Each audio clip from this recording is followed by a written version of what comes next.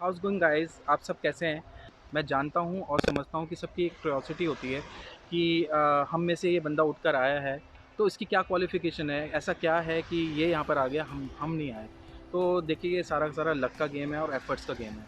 जब मैं इंडिया के अंदर था, तो आज की डेट में जो बहुत फ़ेमस ब्लॉगर्स हैं, मैं भी उनके वीडियो को फ़ॉलो करता था और मैं भी सोचता था कि मैं भी ऐसा कुछ क्या करूँ कि मैं भी यहाँ पर आ जाऊँ।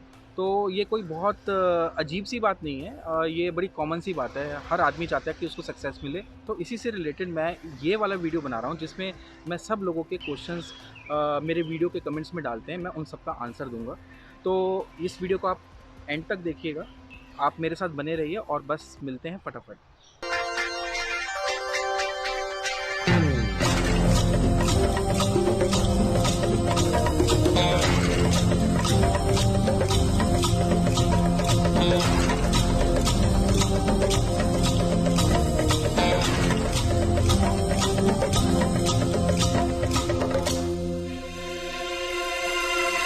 Well, a lot of people has asked about my education.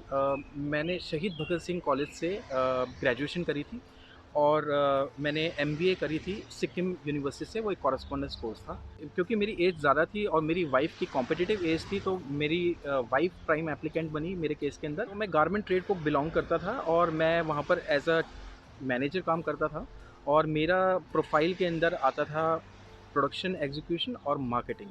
तो जो फ़ॉरेन से बायर्स आते थे, जो गारमेंट से रिलेटेड ऑर्डर प्लेस करते थे बल्क में, मैं उनको अटेंड करता था और फिर जो ऑर्डर्स मिलते थे उनको एग्जीक्यूट करता था। तो ये मेरा छोटा-सा एक इंट्रोडक्शन है मेरे प्रोफ़ेशन का।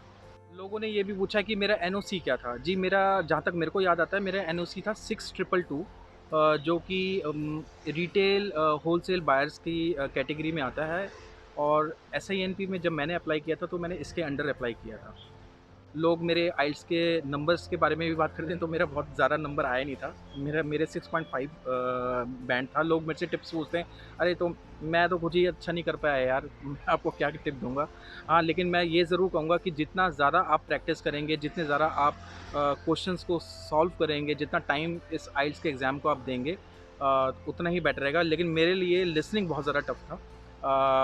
तो क्योंकि मेरे और जो पेपर्स थे, रीडिंग, राइटिंग और स्पीकिंग, उसमें बेटर थे, लेकिन मैं मेरी जो लुटिया डूबी थी वो डूबी थी लिसनिंग के अंदर। लोगों का ये भी क्वेश्चन होता है कि क्या एसआईएनपी के अंदर क्या किसी रिलेटिव की भी रिक्वायरमेंट होती है? देखिए, हमारा तो कोई यहाँ पर कोई गॉडफादर था नहीं।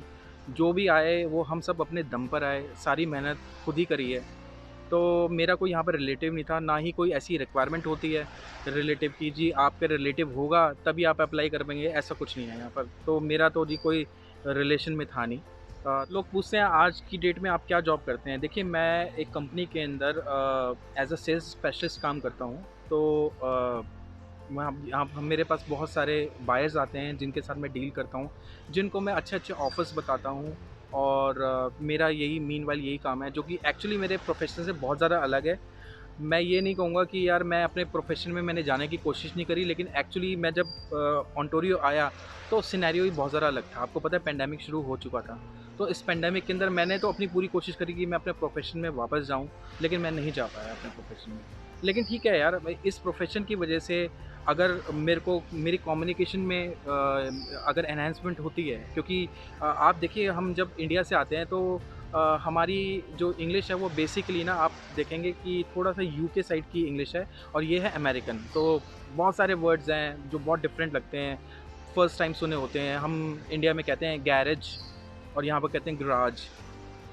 यहाँ पर कहते हैं कि जी करेक्ट, और यहाँ पर लोग कहते हैं करेक्ट। मैंने सोचा कि यार मैं मेरे को जो जॉब मिले वो बेटर है, क्योंकि मैं ये जॉब करूँगा, मैं इनके साथ कम्युनिकेट करूँगा, इनके साथ इनकी लैंग्वेज में मजाक करूँगा, इनके साथ अपने व्यू शेयर करूँगा, तभी ये लोग मेरे को अपने में से एक मानेंगे और तभी ग्रोथ का स्कोप है। मैं ये कहूँगा कि it's never too late to learn anything. एक और चीज़ के बारे में मैं ज़रूर बताऊँगा कि लोग ना एप्लीकेशन की बात करते हैं। देखिए, मेरा जो लोग कहते हैं वो कौन-सी एप्लीकेशन थी जो आपको अलर्ट देती थी। देखिए, मेरा टाइम और आपके टाइम में अब 3-4 साल का फ़र्क आ गया है। मेरे टाइम में एसआईएनपी में ड्रॉ सिस्टम होता था। ड्रॉ सिस्टम के अंदर तब ये होता था कि एक स्टोर के अंदर एक एप्लीकेशन थी, जो आपको जब जैसे ही उसका ड्रॉ ओपन होता था, तो वो हमेशा आपको अलर्ट करती थी। तो रात को हम सो रहे होते थे तो वो बस, बस, बस, बस करती थी, हम उठ जाते थे और फिर हम अपने कंसल्टेंट के पीछे पड़ जाते। आज की डेट के अंदर आप अब वो एक्सप्रेशन ऑफ इंटरेस्ट है, अब वो ख़त्म हो गया सारा सिनेरियो एसआईएमपी में। बहुत सारे लोग मेरे से बहुत सारे इमिग्रेशन के टेक्निकल क्वेश्चंस पूछते हैं। कहते हैं जी मेरी ये एज है, मेरा रिज्यूमे है, मेरे पास इनफैक्ट अपने कॉन्फिडेंशियल डॉक्यूमेंट्स जैसे पासपोर्ट हो गया, आपका आधार कार्ड हो गया, आपके ईसीएस हो गई, आपका ट्रांसक्रिप्ट हो गई, ये सारी सारी चीज़ें मेरे पास भेज देते हैं। वो सोचते हैं कि मेरे को पता नहीं क्या-क्या पता है। देखिए, मैं अप्लाई कर रहा था, तो मेरे एंड से मैंने कोई भी ऐसी कसर नहीं छोड़ी थी जिसके बारे में मुझे नहीं पता हो। मैं अपने कंसल्टेंट के साथ बहुत क्लोज़ली काम कर रहा था। मेरे को मेरे केस के बारे में सब पता था कि मेरे केस में क्या डिमेरिट है, मेरे केस में क्या मेरिट है, मैं कहाँ से अपने केस को कैसे इम्प्रूव कर सकता हूँ। मेरे को इतना ही पता है, जितना आप सब लोगों को पता है क्योंकि मेरा कोई बैकग्राउंड नहीं है इसका। मेरा इमिग्रेशन में उतना ही इन्वॉल्वमेंट था, जो मेरे केस के लिए ज़रूरी था। हाँ, मैंने अपने एंड से ये ज़रूर किया था कि जो कई सारे मैं प्लेटफ़ॉर्म पे अपने आप को रजिस्टर करा रखा था। एक क्वोरा करके है, मैंने कई सारे व्हाट्सएप ग्रुप जॉइन कर रखे थे, जिसके अंदर मुझे पता रहता था कि मेरे को कहाँ से पता लगा ये इस एप्लीकेशन के बारे में। मेरे को पता लगा कि एक व्हाट्सएप का ग्रुप था, उनमें से कई लोगों ने मेरे को ये बताया कि ये ऐसी एप्लीकेशन है। ये इसीलिए मेरी आप सब लोगों से रिक्वेस्ट है कि आप मेरे से जो राय पूछते हैं कि जी ये मेरे डिटेल हैं और मैं कर सकता हूँ, नहीं कर सकता। देखिए, मैं कोई लाइसेंस कंसल्टेंट नहीं हूँ। आपको अगर अपने केस के बारे में डिस्कस करना है, आप या तो खुद इसको परस्यू कीजिए। अगर आप परस्यू नहीं कर सकते तो आप किसी एक्सपर्ट के पास, जो आपको जेन्युइन लगता है, आप उसके पास जाइए, वो आपकी आपकी उसमें हेल्प करेगा। मेरे को आज 2 साल हो गए हैं इंडिया से कनाडा आए हुए, तो मैं इसके बिल्कुल भी टच में नहीं हूँ। मेरी लाइफ़ के अंदर अलग प्रायोरिटीज़ हैं। कई लोग कहते हैं जी आप अपना फ़ोन नंबर दे दीजिए, मेरे को बात करनी है, मेरे को टिप्स लेनी है। देखिए, मैं आप सबको पता है सबकी लाइफ़ कितनी बिज़ी होती है यहाँ पर। यहाँ पर ग्रॉसरी भी एक टास्क है। देखिए, इंडिया में क्या होता है, नमक ख़त्म हो गया, ज़ीरा ख़त्म हो गया, ठीक है, अजवाइन लानी है, आइसक्रीम लानी है बच्चे के लिए, नीचे उतरे अग्रवाल की दुकान चले गए, गुप्ता जी की दुकान पे चले गए, संजय भैया। यहाँ पर वो सिस्टम नहीं है। ग्रॉसरी भी एक टास्क है। हर संडे को, हर सैटरडे को, वीकेंड पे आपको जाना है, ऑर्गेनाइज़ तरीके से लिस्ट बनानी है। लिस्ट बनाने के बाद आपको वो सामान लाना है। जो सामान भूल गए वो गए काम से, आपको फिर जाना पड़ेगा दोबारा, क्योंकि उसकी एक लोकेशन अलग है ग्रॉसरी की। तो मैं आपको ये कहूँगा कि लाइफ़ में मेरी भी लाइफ़ में बहुत सारी प्रायोरिटीज़ हैं, मेरी भी लाइफ़ के अंदर बहुत सारे काम लगे रहते हैं। तो मैं किसी को अपना नंबर दूँ और फिर उसके बाद वो भी परेशान हो, यार फ़ोन नहीं उठाता या ढंग से जवाब नहीं देता, तो वो थोड़ा-सा आप समझिए। मेरी जगह शायद आप भी होते तो आपको भी डिफ़िकल्टी होती। तो नंबर नहीं सॉल्व है, प्लीज़। हम इधर आए थे तो मेरा छोटा वाला बच्चा 5 साल का था और बड़ा वाला मेरा 11 साल का था। आज 2 साल बीत गए, तो 2 साल प्लस कर लीजिए। तो ये मेरे बच्चों की एज है। ये क्वेश्चन लोगों ने पूछा है। अच्छा, कुछ लोगों ने क्वेश्चन में पूछा, यार आप बड़े किस्मत वाले हो। तो यार ये तो झूठ नहीं है यार, मैं मना नहीं करूँगा। आप सब मेहनत कर रहे हैं, मैंने भी मेहनत करी, तो मेरी किस्मत थी, मैं आ गया यहाँ पर। एक टाइम पे मैं ना अपनी बड़ी किस्मत को कोसता था। कहता था यार मेरी किस्मत बड़ी ख़राब है, मैं इतनी मेहनत करता हूँ, मेरे को उतना उसका रिज़ल्ट ही नहीं मिलता। तो मेरे को एक मेरा फ्रेंड था, वो हमेशा ये कहता था, यार किस्मत को कभी मत बोल। अगर तू किस्मत को उल्टा सीधा बोलेगा, तेरी किस्मत कभी भी ठीक नहीं रहेगी, वो कभी खुश नहीं होगी, वो कभी भी तेरे पास नहीं आएगी। तो वो उसकी बात मेरे को याद आती है। तो मैं ये ज़रूर कहूँगा कि देखिए, ये मैं वो वाला रॉ आपको डायलॉग नहीं दे रहा जिसमें कहते हैं ना कि वो एक डॉगी का दिन आता है। देखिए, लेकिन हर इंसान की ज़िंदगी के अंदर अच्छे दिन भी आते हैं, ये होता है। और मैं तो इस उम्र के पड़ाव में आपको सामने बता ही रहा हूँ, ये होता है, हर एक की ज़िंदगी में अच्छे दिन आते हैं, उसका वेट कीजिए। हाँ, लेकिन ये है, ठीक है, अपनी तरफ से कोई एफ़र्ट्स छोड़िए मत। हमेशा जो चीज़ चाहिए उसमें दम से दम से मुकाबला कीजिए। एक चीज़ मेंशन करना चाहता हूँ कि मैं आप में से अलग नहीं हूँ, मैं आपके जैसा ही एक कॉमन आदमी हूँ। मैंने भी अपनी ज़िंदगी के अंदर इंडिया में बहुत ज़्यादा स्ट्रगल किया है। मैंने रात-रात बैठ के मिल में भी काम किया है, मैंने स्क्रीन्स बनवाई हैं, मैंने अप्रूवल्स लिए हैं वहाँ पर जाकर। और मेरा कोई ऐसा मेरी कभी ऐसी जॉब रही नहीं जिसके अंदर मैंने एक मल्टीनेशनल कंपनी में काम किया हो कि जिसमें मैं कहूँ कि हाँ, मेरा 5 डेज़ वीक है। मैंने अपनी ज़िंदगी के अंदर मैक्सिमम जितना भी साल काम किया है, मेरे को हमेशा संडे ही मिला है। और संडे के अंदर आप ये लगा लीजिए कि उसमें भी कोई ना कोई बायर आके धमक जाता था, तो उसमें भी आना पड़ता था। तो तो कहने का मतलब ये, मैं आप में से ही एक हूँ जो इधर आया हूँ। और ऐसा कुछ ये कोई बहुत बड़ी चीज़ नहीं है कि ये जो हो नहीं सकती। देखिए, आप अगर इसमें एफ़र्ट्स करेंगे तो ज़रूर होगी। तो आप हिम्मत मत हारिए, आप एफ़र्ट्स कीजिए, मैं हूँ ना आपके सामने। जो भी मेरे को देख रहे हैं, वो सब के सब मुझ में अपने आप को देखते हैं, क्योंकि मैं भी आप ही में से निकल के आया हूँ और आप भी निकलेंगे ऐसे। मैं चाहता हूँ कि आप सब लोग यहाँ पर आएँ। देखिए, आप सब लोग यहाँ पर आएँगे तभी तो दिल लगेगा। एक भाई साहब ने मेरे से एक क्वेश्चन पूछा कि आप इंडिया से यहाँ पर क्यों आए? देखिए, जो मेरा रीज़न है वो आपका भी रीज़न है। मैं गारमेंट ट्रेड में था, और मेरा जो ट्रेड था वो श्रिंक होने लगा था। लेकिन मेरे को ये कहीं न कहीं अंदाज़ा लग गया था कि हमारे सेक्टर की हालत ठीक नहीं है। और मेरे भाई जो इस ट्रेड को बिलॉन्ग करते हैं वो देख ही रहे हैं, उनको सब पता है कि इस ट्रेड की हालत बहुत अच्छी नहीं है। गवर्नमेंट ने बहुत सारे जो इंसेंटिव्स थे, जैसे ड्यूटी ड्रॉबैक था, वो भी गवर्नमेंट ने एलिमिनेट कर दिया है, जिसकी वजह से मार्जिन बहुत ज़्यादा कम रह गया है। तो यही था रीज़न कि भई हम सब लोग जितने भी थे वो इस ट्रेड के जो मैनेजर लेवल पे काम करते थे, उनको ये लगता था कल को मैं जॉबलेस हो जाता हूँ तो मेरे को पता नहीं इतने पैसे की जॉब मिलेगी दोबारा या नहीं मिलेगी। दूसरा ये कि मैं अपने बच्चों को इस रैट रेस से हटाना चाहता था, जो एक जॉब के लिए 50 लोग खड़े हुए हैं, और फिर उसके बाद यही होता है कि आदमी फ्रस्ट्रेशन से मारा जाता है। अब आप ये देखिए कि आपके सामने अभी हाल-फिलहाल में एक एग्ज़ाम्पल है पैंडेमिक का। बहुत सारे लोग अनएम्प्लॉयड हैं, बुरा हाल है। पहले एक ऐसी सेगमेंट होती थी हमारी जिसमें पंजाबी और गुजराती भाई लोग ही बाहर जाने में प्रेफर करते, कुछ एक छोटा सा सेक्टर आपका साउथ इंडियंस का भी होता था। लेकिन आज की डेट में हर यंगस्टर्स बाहर जाना चाहता है। वो सब चाहते हैं कि यार अब हमें स्कोप नहीं लग रहा। तो मेरे को ये चीज़ अच्छी लगी कि मैंने थोड़ा सा जल्दी स्टेप ले लिया। और मैं आपको ये भी बताता हूँ कि जितना जल्दी आप इस चीज़ के अंदर, उतना ही आपके लिए आज आसान होगा। ये बहुत टफ़ होने वाला है, ये बहुत टफ़ हो रहा है।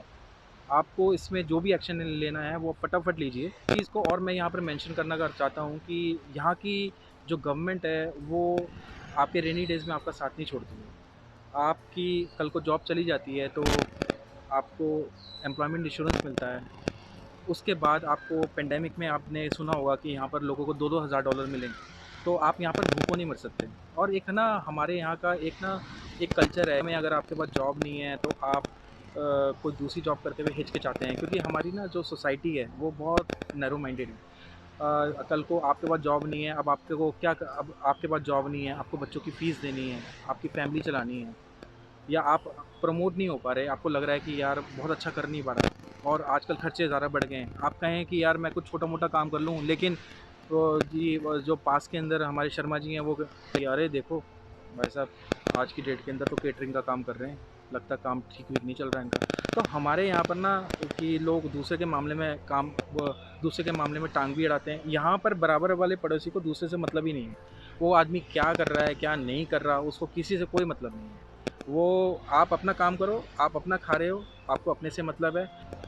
और इस चीज़ के अंदर मैं ये ज़रूर कहूँगा कि हाँ, यहाँ पर एक एडवांटेज है, आप यहाँ पर कभी भूखे नहीं मरेंगे, जो कि इंडिया के अंदर आपको बहुत ज़्यादा, आप काम भी करना चाहते हैं, आपको काम करते हुए बहुत हिचकिचाहट होगी। यार मैं ये काम करूँ तो लोग क्या कहेंगे, रिश्तेदार क्या कहेंगे? यहाँ पर ऐसा कुछ भी नहीं है, यहाँ कुछ नहीं है, ओपन माइंडेड लोग, किसी को किसी से मतलब ही नहीं है यार। गवर्नमेंट एक बहुत अच्छा रोल प्ले करती है, वो एक तरीके से पेरेंट है आपके।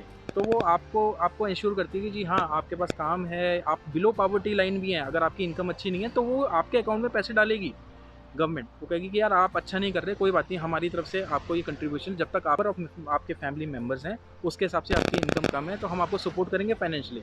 ये चीज़ें अच्छी हैं यहाँ पर कि जो लोग आने का सोच रहे हैं वो हिम्मत ना हारें, अच्छा कंसल्टेंट लीजिए, जेन्युइन कंसल्टेंट को कोशिश कीजिए जैसे मैंने किया था।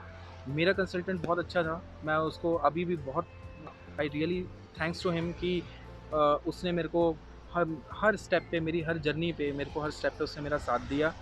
तो आप भी अपने कंसल्टेंट के साथ जुड़िए, और अगर नहीं आप कंसल्टेंट के साथ जुड़ते तो आप खुद परस्यू करिए, लेकिन आप अपने इस एफर्ट्स को ना ज़ाया मत कीजिए। आप मन में मत सोच के बैठिए कि यार मैं करूँगा, करूँगा, करूँगा।